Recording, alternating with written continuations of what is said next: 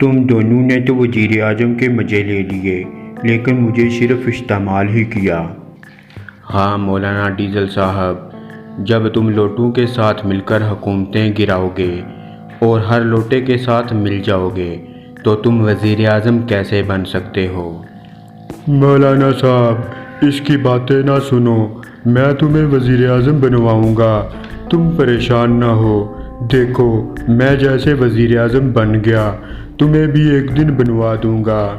شہباز بھائی، ساری زندگی میری اسی انتظار میں گزر گئی کہ کب میں وزیر اعظم بنوں گا، لیکن اب تو میری داڑھی اور بال بھی سفید ہو گئے ہیں۔